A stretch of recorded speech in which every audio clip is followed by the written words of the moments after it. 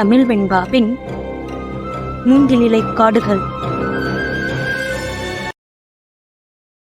அத்தியாயம் 8. அரசு மருத்துவமனையின் அந்த பெரிய நீண்ட காரிடாரில் தலைமை மருத்துவரின் அறையை நோக்கி நடந்து கொண்டிருந்தான் மணிமாறன். அவரின் அறையை நெருங்கியதும் அனுமதி வாங்கி உள்ளே நுழைந்தவன் அவர் கை காட்டவும் எதிரில் இருந்த பார்வையாளர்கள் இருக்கையில் அமர்ந்தான். குட் மார்னிங் மணிமாறன், உங்களுக்காக தான் இவ்வளவு நேரம் வெயிட்டிங். இல்லைனா டியூட்டி முடிஞ்சதும் எப்பவோ கிளம்பி போயிருப்பேன் என்றவரின் குரலில் வருவதாய் சொன்னதை விட 1 மணி நேரம் தாமதமாக வந்த சின்ன அதிருப்தி இருந்தது. Very good morning doctor, sorry for the delay. வழியில ஒரு சின்ன வேலையில மாட்டிக்கிட்டேன், அதனாலதான் சொன்ன நேரத்துக்கு வர முடியல. நம்மளோட வேலையே அப்படிதானே, உங்களுக்கு தெரியாதா என்றவனின் குரலில் உண்மைக்குமே தாமதமாக வந்ததினால் உண்டான வருத்தம் இருந்தது. இட்ஸ் ஓகே மிஸ்டர் மணிமாறன், நீங்க நேர்லயே ஏதோ முக்கியமான விஷயம் கேட்கணும்னு சொன்னதுனாலதான் இவ்வளவு நேரம் வெயிட் பண்றேன். என்னன்னு சொல்லுங்க என நேரடியாக விஷயத்திற்கு வந்தார் அந்த மருத்துவர். கொடியோட போஸ்ட்மார்ட்டம் ரிப்போர்ட் ப்ளீஸ் என அவன் கை நீட்ட, இந்தாங்க என்றபடி அவனிடம் அதை கொடுத்தார் அவர்.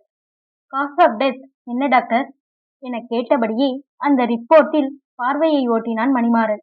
ஹை பிபி, அதிகபட்சமான இரத்த அழுத்தம், அதனால இதயம் ரொம்ப வேகமாவே ரத்தத்தை பம்ப் பண்ணிருக்கு. ஒரு கட்டத்துல அந்த ரத்த அழுத்தத்தை தாங்க முடியாம இதயத்துல இருந்து போற தமனி வெடிச்சு சிதறி இருக்கு. அதனாலதான் இந்த மரணம் ஏற்பட்டிருக்கு என்றார் மருத்துவர் விளக்கமாக. எதனால இப்படி ஆகியிருக்கோன்னு சொல்ல முடியுமா டாக்டர் என்றான் மணிமாறன். பயத்தினால பிபி ரைஸ் ஆகியிருக்கலாம், இல்ல யார்கிட்ட இருந்தாவது தப்பிச்சு ஓட முயற்சிக்கும் போது பிபி ரைஸ் ஆகியிருக்கலாம் என அவர் சொல்லவும் மணிமாறனின் புருவங்கள் யோசனையாக நெறிபட்டது. உடம்புல வேற ஏதாவது காயம் இருக்கா டாக்டர்? கொலை பண்ணவோ இல்ல ரேப் பண்ணவோ முயற்சி பண்ண மாதிரி என்றான் யோசனையாய் மாறன். பெருசா காயம்னு சொல்ற அளவுக்கு ஒண்ணுமில்ல. கையில சின்ன சின்னதா கண்ணாடி வளையல்கள் கிழிச்ச தடம் இருக்கு. கால்ல 2 இன்ச் அளவுக்கு முள் ஆழமா குத்துன தடம் இருக்கு. மத்தபடி யாரோ அடிச்ச மாதிரியோ இல்ல அவங்களே தற்கொலைக்கு முயன்ற மாதிரியோ எந்த அடையாளமும் இல்ல என்றார் மருத்துவர். ரொம்ப தேங்க்ஸ் டாக்டர், எனக்கு இன்னொரு சின்ன ஹெல்ப் வேணுமே, அதுக்காகத்தான் நான் உங்களை நேர்லயே பார்க்கணும்னு சொன்னேன். சொல்லுங்க மிஸ்டர் மணிமாறன், என்னால முடிஞ்சதை கண்டிப்பா செய்யறேன் என்றார் அவர். டாக்டர், இது அங்கேயே பக்கத்து கிராமத்துல உள்ள 3 பொண்ணுங்களோட போஸ்ட்மார்ட்டம் ரிப்போர்ட். இந்த பொண்ணுங்களோட இறப்புக்கும் கொடியோட இறப்புக்கும் ஏதாவது ஒத்துமை இருக்கான்னு சொல்ல முடியுமா என்றான் மணிமாறன் தன்னிடம் இருந்த மற்ற 3 பெண்களின் பிரேத பரிசோதனை ஆவணங்களை அவரிடம் நீட்டியபடியே. நிச்சயமா என்றவர் அவனிடம் இருந்தவற்றை வாங்கி பார்வையிடத் தொடங்கினார். 3ஐயும் மாறி மாறி பார்வையிட்டவரின் விழிகளில் சன்னமாய் ஒரு வியப்பு எட்டி பார்த்தது. கொடியோட இறப்புக்கும் இவங்க இறப்புக்கும் எந்த ஒற்றுமையும் இல்ல. ஆனா இவங்க 3 பேர் இறப்புலையும் ஒரு ஒற்றுமை இருக்கு. 3 பேருமே அதிகப்படியா ரத்தம் வெளியேறிதான் இறந்திருக்காங்க. இதுல 2 பேருக்கு கையோட மணிக்கட்டுல ஆழமான காயம் இருக்கு, அதனால இத தற்கொலைன்னு எடுத்துக்கலாம். ஆனா இன்னொரு பொண்ணுக்கு கழுத்து நரம்பு கட்டானதுனால இறப்பு ஏற்பட்டிருக்கு என்றவரையே யோசனையை ஆழ்ந்து பார்த்து கொண்டிருந்தான் மணிமாறன். நிமிர்ந்து ஒரு முறை அவனை பார்த்துவிட்டு மீண்டும் தொடர்ந்தார் அவர். பொதுவா தற்கொலை பண்ணிக்கிறவங்க எவ்வளவு தைரியமா சாகலான்னு முடிவெடுத்துட்டாலும் கடைசி நிமிஷத்துல சாக போறோங்கிற அந்த நொடியில அவங்களுக்கு ஒரு பயம் ஏற்படும், கை நடுங்கும். ஒரே வெட்டுல சாக மேக்சிமம் வாய்ப்பில்லை, அதுவும் கழுத்தறுத்துக்கிட்டு சாகுறதெல்லாம் ரொம்ப ரேர். முதல்ல சொன்ன 2 பொண்ணுங்களுமே சரியா மணிக்கட்டுல உள்ள இதயத்துக்கு போற தமனியை வெட்டியிருக்காங்க. அதுவும் ரொம்ப ஆழமா ஒரே தடவையில.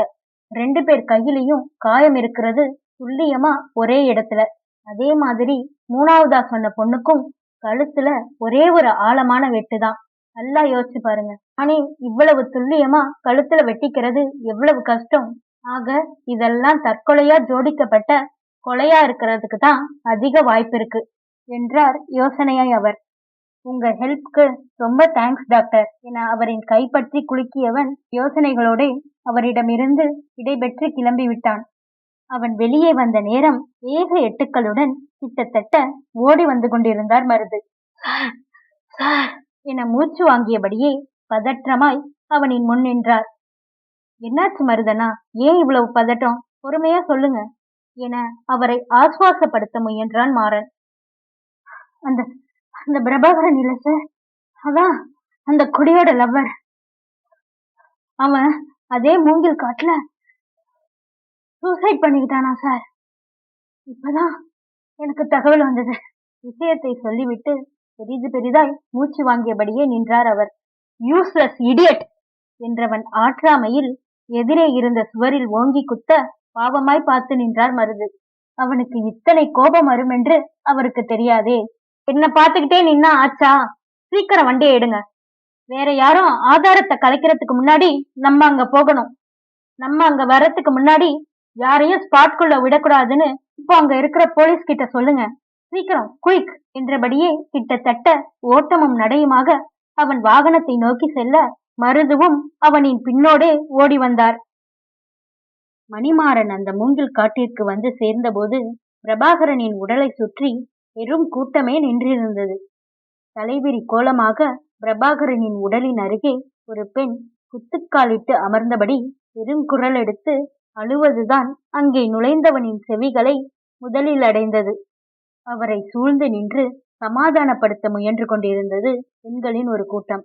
அது பிரபாகரனின் அன்னை என்று யாரும் மாறனுக்கு விளக்கி சொல்ல வேண்டிய தேவை இருக்கவில்லை. பிரபாகரனின் தந்தை ஒரு மூங்கில் குத்தின் அருகே தலையில் கை வைத்தபடி கண்ணீர் மல்க வாயை துண்டால் அடைத்து கொண்டு தளர்ந்து போய் அமர்ந்திருந்தார்.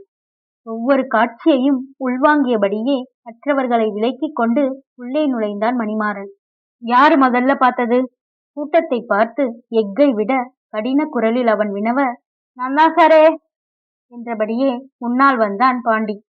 எப்ப பார்த்தீங்க? அவனை சந்தேகமாய் கூர்ந்து பார்த்தபடியே வினவினான் மணிமாறன். காத்தால வழக்கம் போல சுடுகாட்டுக்கு போகும்போது பார்த்தேன் சாரே.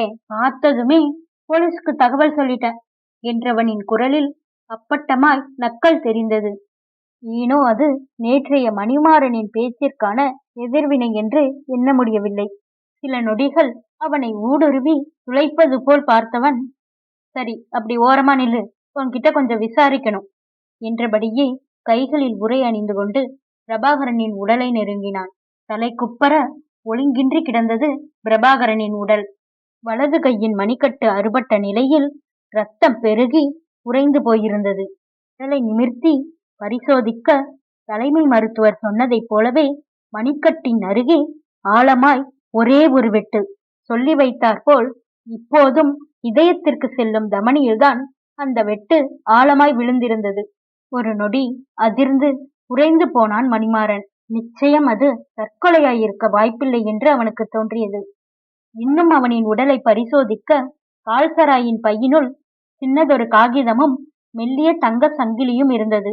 அந்த காகிதத்தை பிரித்து அதில் இருந்ததை படிக்க துவங்கினான் மணிமாறன். அம்மா, அப்பா, என்னை மன்னிச்சிடுங்க. என் கொடி இல்லாத உலகத்துல என்னால வாழவே முடியாது.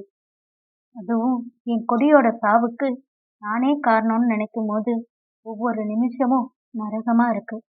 நான் மட்டும் அன்னைக்கு அவளை இந்த காட்டுக்கு வர சொல்லலைன்னா இன்னைக்கு அவ உயிரோட இருந்திருப்பா. நான் தான் அவளை வர சொன்னேன். பாவி நான். அன்னைக்கு மட்டும் நான் சொன்ன மாதிரி சரியான நேரத்துக்கு வந்திருந்தா இன்னைக்கு என் கொடி என் கூட இருந்திருப்பா. பாவி, நான் வராம போயிட்டேனே. அவளை விட குடிதான் முக்கியம்னு போனேன்ல, அதான் அனுபவிக்கிறேன். என்னோட ஃப்ரெண்டு பர்த்டே பார்ட்டின்னு ட்ரீட் வைக்கவும் கொடிய வர வேண்டான்னு சொல்லிட்டு தான் போனேன். ஆனா அந்த தகவல் அவளுக்கு கிடைக்கல போல. எப்படி இருந்தாலும் அவளை இங்க வர சொன்னது நான் தானே. இந்த குற்ற உணர்வோட என்னால நிம்மதியா வாழவே முடியாது. எங்க பார்த்தாலும் என் கொடி நிக்கிற மாதிரியே தெரியுது. என்னையும் அவளோட கூப்பிடுற மாதிரியே இருக்கு. நான் அவகிட்டயே போறேன். முடிஞ்சா என்னை மன்னிச்சிடுங்கம்மா, அப்பா என்றதோடு முடிந்திருந்தது அந்த கடிதம். யோசனையோடு அதை எடுத்து பத்திரப்படுத்தி கொண்டவன் மற்ற காவலர்களை அடுத்தடுத்த வேலைகளை கவனிக்க சொல்லிவிட்டு அங்கே ஒரு ஓரமாக நின்று கொண்டிருந்த முல்லையிடமும் ஆதியிடமும் வந்தான். நீங்க என்றான் ஆதியை யோசனையாய் பார்த்தபடி. என்னோட உட்பி, நான் கல்யாணம் பண்ணிக்க போறவர், பேரு ஆதிரன் என்றாள் முல்லை. நேத்து ஒரு துண்டு பேப்பர் கிடைச்சதா சொன்னீங்களே, இப்போ அது எங்க என நேரடியாக விஷயத்திற்கு வந்தான் மாறன். வீட்ல இருக்கு சார் என்றாள் முல்லை. சரி, வாங்க போகலாம். அதுல இருக்கிற கையெழுத்தும் இந்த கடிதத்துல இருக்கிற பிரபாகரனோட கையெழுத்தும் ஒண்ணுதானான்னு செக் பண்ணணும். பேசியபடியே அவன் வேகமாய் முன்னே நடக்க மற்ற இருவரும் அவனை தொடர்ந்தனர். வீட்டிற்கு வந்ததும் நேரே அவள் கொடியின் அறைக்குத்தான் ஓடினாள். அந்த துண்டு காகிதத்தை அதே புத்தகத்தின் உள்ளே வைத்து அங்கிருந்த மேசையின் மீது வைத்திருந்தாள் அவள். இப்போது அவள் தேடி பார்க்கும்போது அது அங்கில்லை. அறை எங்கிலும் ஒரு இடம் விடாமல் தேடி பார்த்து விட்டாள் அவள். அது மட்டுமல்லாது அந்த புத்தக அலமாரியில் இருந்த எல்லா புத்தகங்களையும் புரட்டி பார்த்து விட்டாள். எங்கும் அந்த துண்டு சீட்டு கிடைக்கவில்லை.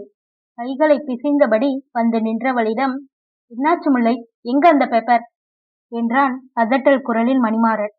அந்த பேப்பர் இங்க இல்ல சார் என்றாள் தயங்கி முல்லை.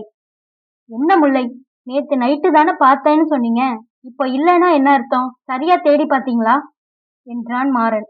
நல்லா தேடி பார்த்துட்டேன் சார். நேத்து நைட்டு அதே புத்தகத்துக்குள்ள வச்சு அங்கிருந்த மேஜையில வச்சிருந்தேன். இப்ப போய் பார்த்தா காணும் என்றவளுக்கும் எப்படி அது காணாமல் போனது என்ற யோசனைதான். நீங்க நல்லா தேடி இருக்க மாட்டீங்க, எதுக்கும் இன்னொரு தடவை தேடி பாருங்க என்றான் மாறன். இல்ல சார், நான் நல்லா தேடி பார்த்துட்டேன். அந்த பேப்பரை நான் அங்கதான் வச்சேன். கண்டிப்பா அது வேற எங்கேயும் போக சான்ஸே இல்லை என்றாள் முல்லை. ஒரு சின்ன துண்டு பேப்பர், அத கூட பத்திரமா வச்சுக்க தெரியாதா? தொலைச்சிட்டு இவ்வளவு அலட்சியமா பதில் சொல்றீங்க என்றான் மாறன் சட்டென்று மூண்டு விட்ட கோபத்தோடு. சாரி சார் என்றவளின் குரல் இறங்கி கண்களில் கண்ணீர் துளிர்த்து நின்றது. அதை கண்ட மாத்திரத்தில் மாறனுக்கு என்னவோ போல் ஆகிவிட்டது. அதிகம் பேசிவிட்டோமோ என்று மனது உறுத்தியது. அந்த பேப்பரை போட்டோ எதுவும் எடுத்து வச்சிருக்கீங்களா முல்லை என்றான் தனிந்த தன்மையான குரலில். அவன் கேட்கவும் தான் கைபேசியில் அதை புகைப்படம் கூட எடுத்திருக்கலாமே என்ற எண்ணம் வந்தது முல்லைக்கு. நேற்று அவள் இருந்த நிலைமையில் இதெல்லாம் எங்கே யோசித்தாள்? சாரி சார், எனக்கு தோணல என்றாள் பாவமாய் முல்லை. இட்ஸ் ஓகே, அந்த ரூம்ல தான் எங்கேயாவது கீழே விழுந்திருக்கோன்னு நினைக்கிறேன். பொறுமையா நல்லா தேடி பாருங்க, கிடைக்கும். கிடைச்சதும் தகவல் சொல்லுங்க என்றவன் சின்ன தலையசைப்போடு கிளம்ப முனைந்தான். சார், ஒரு நிமிஷம், கொடியோட கேஸ் எந்த லெவல்ல இருக்கு என்றான் ஆதி. கொடியின் பிரேத பரிசோதனை அறிக்கையை மேலோட்டமாக அவர்களிடம் பகிர்ந்து கொண்டவன் அங்கிருந்து கிளம்பிவிட்டான். செல்லும் முன் மீண்டும் ஒரு முறை அந்த மூங்கில் காட்டிற்குள் சென்று பார்த்துவிட்டு வந்துவிடலாம் என்று தோன்ற மருதுவை வண்டியை மூங்கில் காட்டிற்கு விட சொன்னான். இப்போதுதான் முறைப்படி அத்தனையும் செய்து முடித்து பிரபாகரனின் உடலை பிரேத பரிசோதனைக்காக ஆம்புலன்ஸில் ஏற்றி கொண்டிருந்தனர். இன்னுமே ஒரு மோப்ப நாயுடன் அங்கே வேறு எதுவும் தகவல்கள் கிடைக்கிறதா என சில காவலர்கள் தேடிக்கொண்டிருந்தனர். அவற்றையெல்லாம் மேலோட்டமாய் கவனித்தபடியே இலக்கில்லாமல் அந்த காட்டிற்குள் நடக்கத் தொடங்கினான் மணிமாறன். மற்றவர்களை எல்லாம் விட்டு சில அடி தூரம்தான் நடந்து வந்திருப்பான். மெல்ல கண்களால் சுழவியபடியே அவன் நடையை தொடர மீண்டும் அந்த கொலுசின் சத்தம். நின்று மற்றவர்களை திரும்பி பார்த்தான். இவன் கூப்பிட்டால் கேட்கும் தூரத்தில்தான் அவர்கள் வேலை செய்து கொண்டிருந்தார்கள். ஆனால் இவன் ஒருவனைத் தவிர வேறு யாருக்கும் அந்த கொலுசின் சத்தம் கேட்டது போல் தெரியவில்லை. அந்த கொலுசின் சத்தத்தையே உன்னிப்பாக கவனித்தபடி அது வந்த திசை நோக்கி நடக்கத் தொடங்கியிருந்தான் மாறன். அவன் கொஞ்ச தூரம் நடந்ததும் மீண்டும் அதே கிணறு வர அதன் அருகே பிரிக்கப்பட்ட நிலையில் கிடந்தது ஒரு புத்தகம். வேகமாய் அதனிடம் சென்றவன் குனிந்து அந்த புத்தகத்தை கையில் எடுத்துக்கொண்டான். அவசர அவசரமாய் அதன் பக்கங்களை புரட்ட உள்ளே அவன் நினைத்ததைப் போல எந்த துண்டு காகிதமும் இல்லை. சற்றென்று ஏதோ தோன்றியவனாக முல்லைக்கு அழைத்தான். ஹலோ, சொல்லுங்க சார் என்றால் எதிர்பக்கம் முல்லை. நீங்க அந்த பேப்பரை ஒரு புக்குக்குள்ள வச்சேன்னு சொன்னீங்கள, அந்த புக்கு பேர் என்ன என்றவனின் குரலில் துளி அவசரம் ஒட்டி கிடந்தது. மீண்டும் வருவேன் அப்படிங்கிற புக்கு சார். ஏதோ ஹாரர் ஸ்டோரின்னு நினைக்கிறேன். கையில் இருந்த புத்தகத்தின் அட்டை பக்கத்தை அவசரமாய் பார்த்தான் அவன். மீண்டும் வருவேன் என்ற எழுத்துக்கள் அடர் சிவப்பு நிறத்தில் ரத்தம் ஒழுகுவதைப் போல் வடிவமைக்கப்பட்டிருந்தது. நல்லா யோசிச்சு சொல்லுங்க முல்லை, அதே புக்கு தானா? உறுதிப்படுத்திக் கொள்வதற்காக மீண்டும் கேட்டான் அவன். எனக்கு நல்ல ஞாபகம் இருக்கு சார், அதே புக்கு தான் என்றாள் உறுதியாய் அவள். ஓகே முல்லை, நான் உங்களுக்கு அப்புறம் கூப்பிடுறேன் என்றவன் வைத்து விட்டான். வேக வேகமாக அருகிலுள்ள இடங்களிலும் அந்த கிணற்றை சுற்றியும் தேட இரத்தக்கரையுடன் மிக சிறிய அளவிலான வெண்கல கத்தி ஒன்று ஒரு ஓரத்தில் புற்களுக்கு அடியில் கிடந்தது. உடனே அதை எடுத்து பத்திரப்படுத்தி கொண்டவன் அது கிடந்த இடத்தில் இன்னும் கவனமாக தேடத் தொடங்கினான். அங்கே துளி துளியாய் ரத்தம் சொட்டி காய்ந்து போயிருந்தது. பிரபாகரனின் உடல் கண்டெடுக்கப்பட்ட இடத்திற்கும் இந்த இடத்திற்கும் குறைந்தபட்சம் ஒரு 50 மீட்டர் தூரமாவது இருக்கும். சத்தமாக தூரத்தில் இருந்த காவலர்களை அழைத்து அந்த இரத்த மாதிரிகளை சேகரிக்க சொன்னான். இது அங்க தற்கொலை பண்ணிக்கிட்ட பையனோட ரத்தமா தான் சார் இருக்கும். திரும்பவும் இதை எதுக்கு கலெக்ட் பண்ணிக்கிட்டு என்றார் அவர்களில் ஒரு காவலர். சொன்னதை செய்யுங்க, சும்மா தேவையில்லாம பேசிக்கிட்டு என அவரிடம் சிடுசிடுவென எரிந்து விழுந்தவன் அவர்கள் இரத்த மாதிரிகளை சேகரிக்க தொடங்கியதும் தான் அங்கிருந்து கிளம்பினான். கதையோட அடுத்த அத்தியாயத்தை நாளைக்கு கேட்கலாம். இந்த கதை உங்களுக்கு பிடிச்சிருந்தா லைக் பண்ணுங்க, ஷேர் பண்ணுங்க, கமெண்ட் பண்ணுங்க, மறக்காம சப்ஸ்கிரைப் பண்ணிடுங்க. கதையோட அடுத்தடுத்த பதிவுகளை உடனுக்குடன் தெரிஞ்சுக்க அந்த பெல் பட்டனையும் அழுத்திடுங்க. இதுவரை என்னுடன் இணைந்திருந்தவர்களுக்கு மனமார்ந்த நன்றிகள்.